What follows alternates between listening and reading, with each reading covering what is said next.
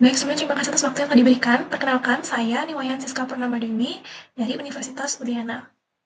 Di slide pertama, saya akan membahas terkait latar belakang mengapa kami menjadikan Kota Bekasi sebagai objek analisa pada esai kami. Seperti yang kita ketahui bersama, pemanfaatan air hujan yang tidak terkelola dengan optimal, khususnya di daerah dengan intensitas curah hujan yang tinggi dan kepadatan penduduk yang terus meningkat, mengakibatkan permasalahan banjir seakan tidak dapat diselesaikan.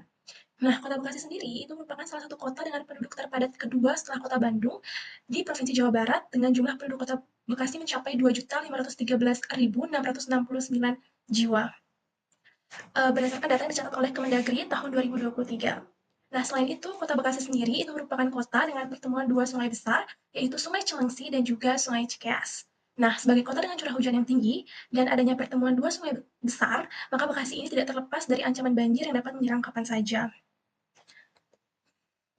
Berdasarkan data yang dicatat oleh Badan Nasional Penanggulangan Bencana tahun 2023, tepatnya pada bulan Januari tahun 2020 terjadi banjir besar yang terjadi di Kota Bekasi, di mana menimbulkan beberapa dampak, diantaranya 80% kecamatan di Kota Bekasi itu terendam banjir dan lebih dari 100 titik banjir terdeteksi di seluruh kota.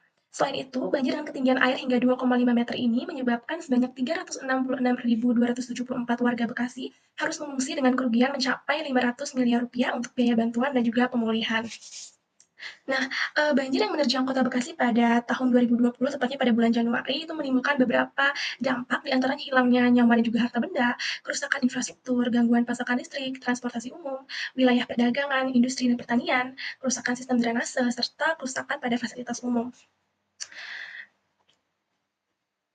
Selanjutnya, saya akan bahas terkait inovasi daripada floating house berbasis rainwater harvesting system. Jadi, inovasi floating house yang kami sampaikan pada esai kami, yakni merupakan solusi gagasan hunian baru sebagai solusi anti banjir untuk menjawab keresahan kondisi masyarakat Kota Bekasi yang dilanda banjir dan memiliki intensitas curah hujan yang tinggi.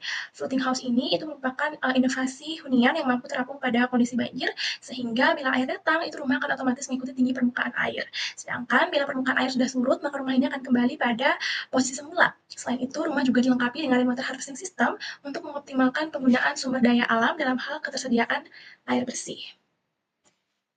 Di slide berikutnya, saya akan bahas terkait upaya yang sudah atau sedang dilakukan oleh pemerintah saat ini. Jadi, dalam mengatasi banjir di Kota Bekasi, beberapa upaya yang telah dilakukan oleh pemerintah, di antaranya yang pertama itu ada normalisasi sungai di Kota Bekasi. Jadi, pemerintah Kabupaten Bekasi itu telah melakukan normalisasi 3 aliran sungai, yaitu pada Sungai Kali Kali Ulu, dan juga Kali Pisang Batu yang dimulai pada bulan Maret tahun 2024 hingga Juli tahun 2024. Di mana dengan adanya normalisasi ketiga sungai tersebut diharapkan dapat mengendalikan banjir di area perumahan dan memperlancar debit air irigasi ke areal persawahan. Upaya yang kedua yaitu berupa pembangunan dan revitalisasi bendungan Prisdo, di mana bendungan ini dibangun dengan maksud dan tujuan untuk meniadakan pembendungan ketika terjadi debit besar dengan elevasi muka air melampaui batas tertentu, sehingga dapat menghindari peningkatan ancaman banjir akibat adanya bendung pada musim hujan. Upaya yang ketiga yaitu sistem informasi manajemen tinggi muka air, di mana sistem ini masih berkaitan dengan dibangunnya bendungan Prisdo, di mana sistem informasi ini merupakan sebuah sistem informasi yang menghasilkan database tinggi muka air secara periodik dengan interval waktu tertentu. Selanjutnya terkait implementasi floating house berbasis rainwater harvesting system, itu sudah kami cantumkan di flowchart yang dimulai dari inisiasi ide, pengembangan ide, kemudian penelitian, uji simulasi lab, uji lapangan, dan juga pada akhirnya adalah penerapan langsung dan diharapkan manfaatnya dapat dirasakan oleh masyarakat nantinya. Seperti itu. Kemudian selanjutnya kita akan membahas terkait struktur dan juga sistem bangunan floating house berbasis rainwater harvesting system. Jadi bangunan ini nantinya akan diletakkan di atas kolom dengan keadaan terapung.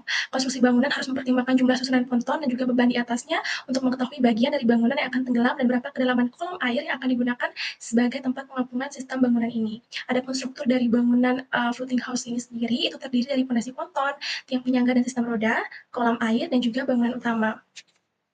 Nah, untuk identifikasi lebih detailnya lagi, untuk pondasi ponton sendiri itu berfungsi untuk memberikan gaya apung pada bangunan saat terjadi luapan air, di mana material yang dipilih haruslah tahan lama serta berstruktur kuat. Untuk tiang penyangga dan sistem roda ini sendiri juga memiliki fungsi dan tujuannya masing-masing, di mana tujuan dari tiang penyangga ini adalah untuk menahan rumah agar tidak hanyut, dan pada setiap tiang penyangga ini terdapat ring beroda yang terhubung ke sisi bangunan untuk mempermudah pergerakan secara fluktuatif. Selanjutnya adalah material yang digunakan berupa beton ringan. Kenapa beton ringan? Karena jenis beton ini memiliki kepadatan lebih rendah daripada beton konvensional, namun tetap menawarkan kekuatan yang memadai. Berikutnya adalah terkait struktur floating house yang meliputi rangka bangunan dan juga model bangunan floating house. Jadi pada rangka bangunan perancangan floating house, rumah itu sudah dibuat dalam keadaan terapung. Nah, kolam air itu berfungsi sebagai tempat penampungan sekaligus pengapungan bangunan, sehingga permukaan bangunan bisa langsung naik menyesuaikan ketinggian kenaikan air saat banjir. Nah, untuk model bangunan floating house itu sendiri itu bisa dilihat pada slide gambar. Demikian penjelasan dari saya. Selanjutnya akan dilanjutkan oleh rekan saya. Terima kasih.